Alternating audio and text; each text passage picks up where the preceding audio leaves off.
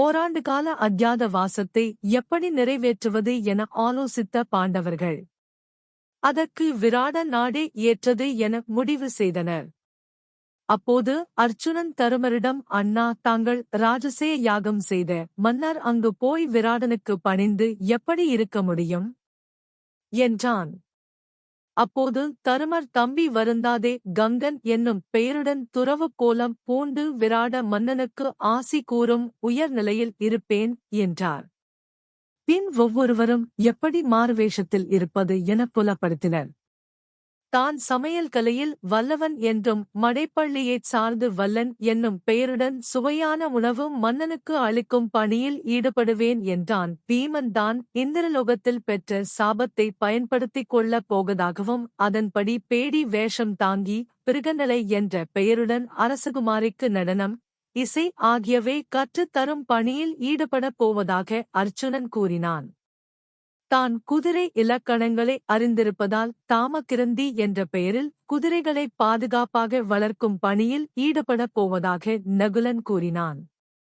தான் தந்திரிபாலன் என்ற பெயரில் மாடுகளைப் பார்த்து கொள்ளும் பணியில் ஈடுபடப் போவதாக சகாதேவன் உரைத்தான்.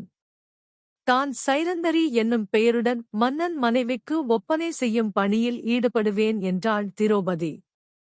பின் தங்கள் ஆடை மற்றும் ஆயுதங்களை வைக்க இடம் தேடி மக்கள் நடமாட்டம் அற்ற ஒரு சுடுகாட்டில் ஓங்கி வளர்ந்த ஒரு வன்னி மரத்தின் உச்சியில் இருந்த பொந்தில் அனைவற்றையும் வைத்தனர்.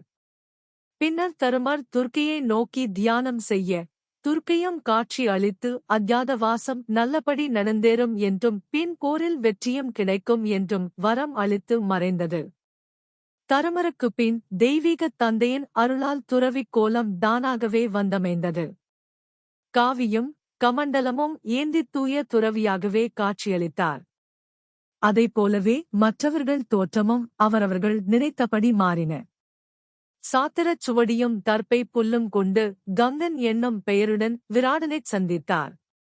விராடனும் அவரது நட்பு தனக்குத் தேவை என அவரே தன்னிடமே இருக்க வேண்டினான்.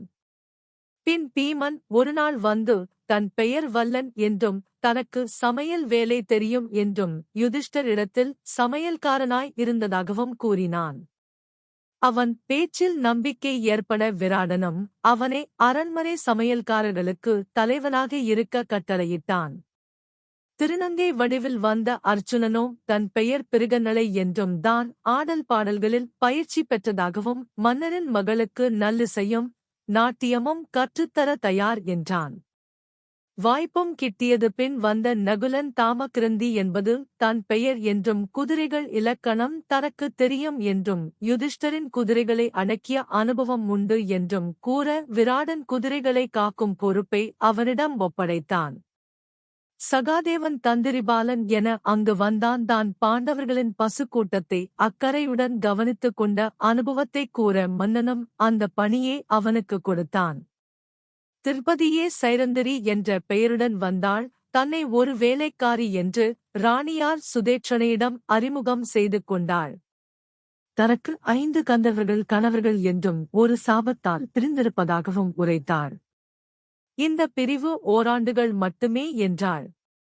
ஆனால் அரசமாதேவியோ, பெண்ணே, உன் அழகு பிற ஆடவரால் உன் கற்புக்கு பங்கத்தை ஏற்படுத்தி விடுமோ என அஞ்சுகிறேன் என்றாள். அரசியாரே, தாங்கள் கவலைப்பட வேண்டாம். என் கணவர்கள் வெளித்தோற்றத்திற்கு தெரியமாட்டார்களே தவிர என்னை உயிர் போல் பாதுகாப்பர்.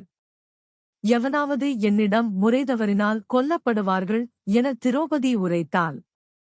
பாண்டவர் தேவிக்கு ஒப்பனை செய்த அனுபவம் உண்டு என்றும் அரசிக்கு அப்பணியை செய்வதாகவும் உரைத்தாள். அரண்மனையில் வேலைக்காரர்களாக அனைவரும் இருந்தது விதியின் கொடுமை என்றாலும் மேற்கொண்ட பணியை நன்கு செய்து முடித்தார்கள்.